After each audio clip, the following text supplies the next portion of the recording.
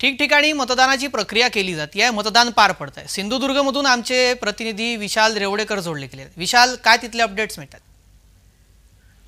श्रेयस, जर पाहिलं तर सिंधुदुर्ग जिल्ह्यात सकाळपासूनच मतदानाचा टक्का जो आहे तो वाढताना दिसतोय। मात्र जर पाहिलं तर दुपारी 1 वाजेपर्यंत सिंधुदुर्ग जिल्ह्यातील मतदानाचा टक्का जो आहे तो 42 ते 43 या ठिकाणी पर्सेंटेज पर्यंत गेलेला होता।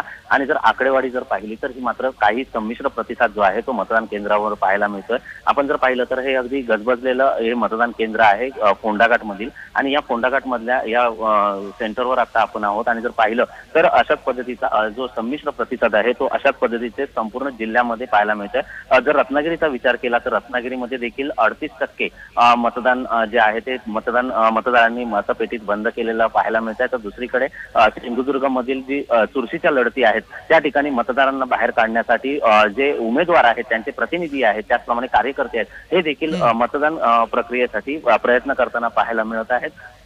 मात्र जर दुसरी बाजू बघितली तर या ठिकाणी संध्याकाळपर्यंत हा मतदानाचा आकडा वाढेल असा काहीसा विश्वास जो आहे तो या ठिकाणी उमेदवारांकडून वर्तविला जातो आहे। मात्र विजयाची आशा जी आहे ती या मतदानाच्या आकडेवारीवरून उमेदवार करताना दिसत आहेत। मात्र दोन्ही बाजू जर बघितल्या तर मात्र आता सायंकाळी 6 वाजेपर्यंत या मतदानाचा आकडा कितीपर्यंत जातो, कारण 6 लाखांपेक्षा उमेदवार जे मतदार आहेत ते या मतदानाच्या या ठिकाणी नाव नोंदणी झालेली आहे। त्यामुळे याच्यापैकी किती मतदार अद्याप बाकी आहेत याचा आता कार्यकर्ते जे आहेत ते शोध घेतील आणि त्याप्रमाणे प्रत्येक मतदाराला बाहेर काढून या ठिकाणी मतदान करण्यास प्रवृत्त करतील, असं चित्र काहीसं सिंधुदुर्गमध्ये पाहायला मिळत आहे। श्रेयस जी, आणखी 3 तास आहे। या 3 तासामध्ये कशा प्रकारे मतदानाचा टक्का वाढतो हे पाहावं लागणार आहे। धन्यवाद विशाल, आपण दिलेल्या या वेळेवेळेच्या अपडेटसाठी। आपण पाहतोय सिंधुदुर्गमध्ये मतदानाची टक्केवारी किती होती ती आपल्या प्रतिनिधींनी या संदर्भातली माहिती दिली। ठिकठिकाणावरून मतदानाची टक्केवारी 1 वाजेपर्यंत किती झालेली आहे ती आपल्या समोर येते। कुठे अल्प प्रतिसाद मिळतोय तर कुठे संमिश्र असा प्रतिसाद मिळतोय, कारण आता 3 तास अवघे उरलेले आहेत मतदान करण्यासाठी।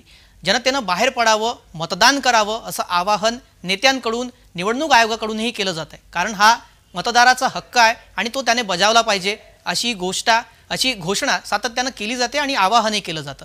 त्याच अनुषंगानं वेगवेगळ्या घडामोडी आपण पाहिल्या। 1 वाजेपर्यंत किती मतदान सिंधुदुर्गमध्ये झालं ते आपण पाहिलं। त्यानंतर आता आपण जाऊयात ठाण्यामध्ये कुणाल भोईटे प्रतिनिधी आहेत आपले, ते या संदर्भातले अपडेट देतात। ठाण्यामध्ये किती मतदान झालंय कुणाल, काय तिथले अपडेट्स आहेत?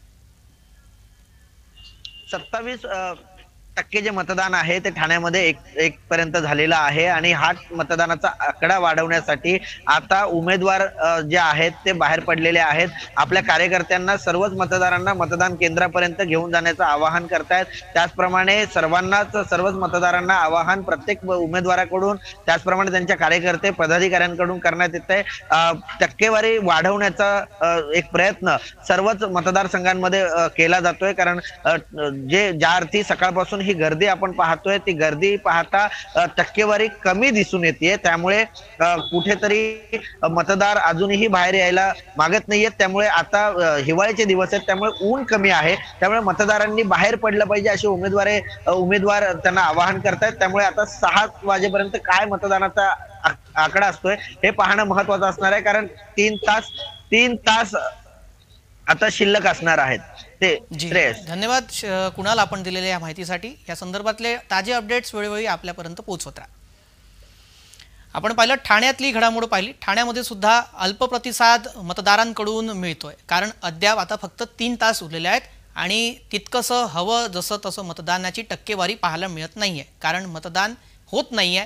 त्यामुळे मतदान करावं असं आवाहन आम्ही सुद्धा आपल्याला करतो। जर आपल्या मतदान केंद्रात, मतदार यादीत आपलं नाव असेल तर आपण लवकरात लवकर मतदान केंद्रात जावं आणि मतदान करावं। कुठल्याही पक्षाला करावं, पण मतदान करावं हे आवाहन आम्ही देखील आपल्याला करतोय। ठिकठिकाणी कशा प्रकारे मतदानाची आकडेवारी आहे 1 वाजतापर्यंतची ती आपण पाहिली। ज्याचा त्याला प्रचार करायचा अधिकार आहे। जर यात शहरातले उद्धव ठाकरे साहेबांच्यावर निष्ठा ठेवणारे कडवट शिवसैनिक असतील तर मग त्याचं वाईट वाटायचं कुणाला कारण आहे असं मला वाटत नाही। आणि आता काँग्रेस असू दे, राष्ट्रवादी असू दे, आम्ही सगळेजण ताकदीने ही निवडणूक लढवतोय।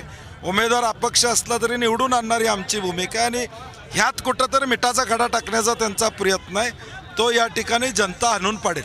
परंतु माझं लोकांना आव्हान आहे, शांत राहा, मतदान करून घ्या, कुठेही चुकीचा या ठिकाणी घटना होणार नाही याची जबाबदारी आम्ही बावडेकर निश्चितपणे घेतो. चला. आपण पाहिलं असेल की आता बावड्यामध्ये जो दंगा झाला त्याला बंटी पाटलांनी सांगितलं की कार्यकर्त्यांनी शांततेत हे करावं, त्याचबरोबर कोणत्याही प्रकार अनुचित प्रकार घडू नये असंही सांगण्यात आलं आहे. श्रेयस जी, आपण पाहिलं कोल्हापुरातून सतेज पाटील बोलत होते. शांततेमध्ये मतदान करावं असं आवाहन ते मतदारांना करताना दिसले. त्यानंतर आपण आता पुढच्या घडामोडीकडे जाणार आहोत, कारण रोहन कदम आमचे प्रतिनिधी पुण्यावरून जोडले गेलेले आहेत. रोहन या संदर्भातले अपडेट देतील की पुण्यामध्ये कशा प्रकारे मतदानाची टक्केवारी आहे. रोहन यांच्याशी संपर्क करण्याचा प्रयत्न करूयात. त्यांच्याशी तांत्रिक अडचणींमुळे संपर्क होत नाहीये. पुण्यातल्या आपल्याला अपडेट्स घ्यायचे आहेत. पुण्यामध्ये 1 वाजेपर्यंत किती मतदान झालेलं आहे. रोहन यांच्याशी आपला संपर्क झालेला आहे. रोहन यांच्याशी आपण या संदर्भातले अपडेट्स घेऊयात. रोहन, पुण्यामध्ये किती टक्के मतदान झालेलं आहे, काय तिथे मतदारांकडून प्रतिसाद मिळतोय? श्रेयस, खरं तर दुपारी 1 वाजेपर्यंत 29-30% आसपास जे आहे ते हे संपूर्ण मतदान झाल्याचं चित्र पाहायला मिळतंय. काही प्रमाणामध्ये अल्प प्रतिसाद आहे असंच म्हणावं लागेल, कारण का पुण्यामधली टक्केवारी जर पाहिली ती साधारणतः 50-55% पर्यंत जे मतदान आहे ते इथून मागे झालेलं पाहायला मिळतं. परंतु तितकं होतंय की नाही ही शासनकळा सगळ्या उमेदवारांना लागलेली पाहायला मिळते. पुणे जिल्ह्यातील आंबेगावमध्ये सर्वाधिक 1 वाजेपर्यंत 35-36% मतदान झालेलं होतं. परंतु पुणे शहरातील मतदार जे आहेत ते आता दुपारनंतर म्हणजे आता 2 नंतर जे आहेत ते घराबाहेर पडतायत का हे देखील पाहणं महत्वाचं आहे, कारण का सध्या सुट्टीचा दिवस असल्याने सकाळी बाहेर न पडता कदाचित सायंकाळच्या सुमारास पुणेकर नागरिक जे आहेत ते मतदानासाठी बाहेर पडू शकतात अशी शक्यता जी आहे ती सध्या दिसते. परंतु अगदी प्रत्येक उमेदवाराकडून घरापासून ते आपल्या मतदान केंद्रापर्यंत जाईपर्यंत मतदारांची जी आहे ती चांगली सुविधा पाहायला मिळत आहे. गाड्यांची व्यवस्था केलेली पाहायला मिळते आणि प्रत्येकाला काय नको काय हवं याबाबतची काळजी जी आहे ती संपूर्ण उमेदवारांकडून जी आहे ते मतदारांची काळजी घेतली जात असली तरी आता 3 तास उरलेले आहेत. या 3 तासामध्ये मतदानाची टक्केवारी किती वाढते आणि कसा प्रतिसाद मिळतो हे पाहावं लागणार आहे. धन्यवाद रोहन आपण दिलेल्या माहितीसाठी. त्यानंतर आता आपण ठिकठिकाणच्या मतदानाच्या घटना पाहतोय आणि कुठे किती टक्केवारी मतदानाची ते पाहतोय. आता पुणे झालं, त्यानंतर आपण नागपुरात जाणार आहोत.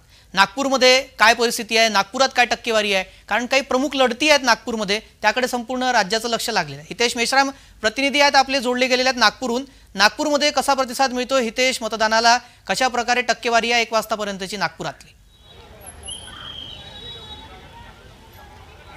नक्कीच बघितलं गेलं तर 1 वाजतापर्यंत जे आहे जे मतदान झालेलं आहे त्यामध्ये जे आहे 32% जे आहे जे मतदान होताना आपण पाहतो आहोत. आणि त्यानंतर सकाळच्या वेळेस जे आहे मतदान कमी प्रमाणात होतं, थंडी असल्यामुळे कदाचित कमी याच्यात असेल.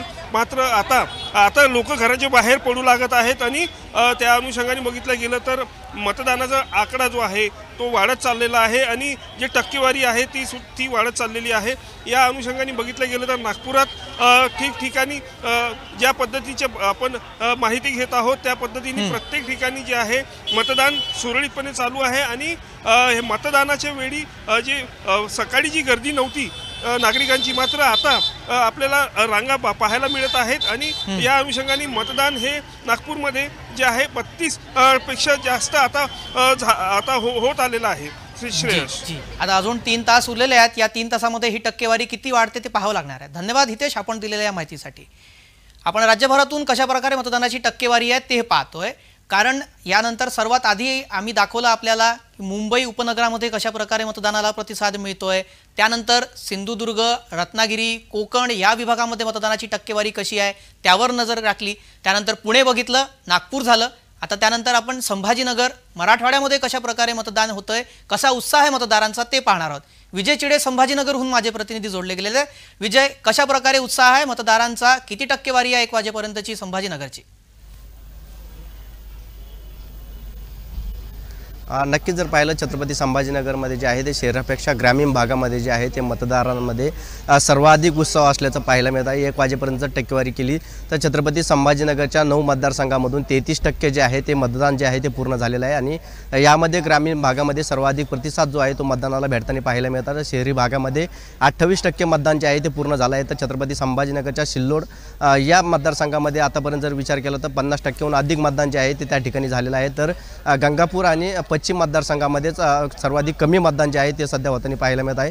मात्र ग्रामीण भागामध्ये जर पाहायला गेलं तर मतदारांची जी आहे ती मतदान करण्यासाठी मोठी रांग निर्माण झाल्याची पाहायला मिळत आहे. त्यामुळे आता सध्या जर पाहायला गेलं छत्रपती संभाजीनगरमध्ये आता मतदानाला जो आहे तो मोठा उत्स्फूर्त जो आहे प्रतिसाद मिळताना आपल्याला पाहायला मिळतोय.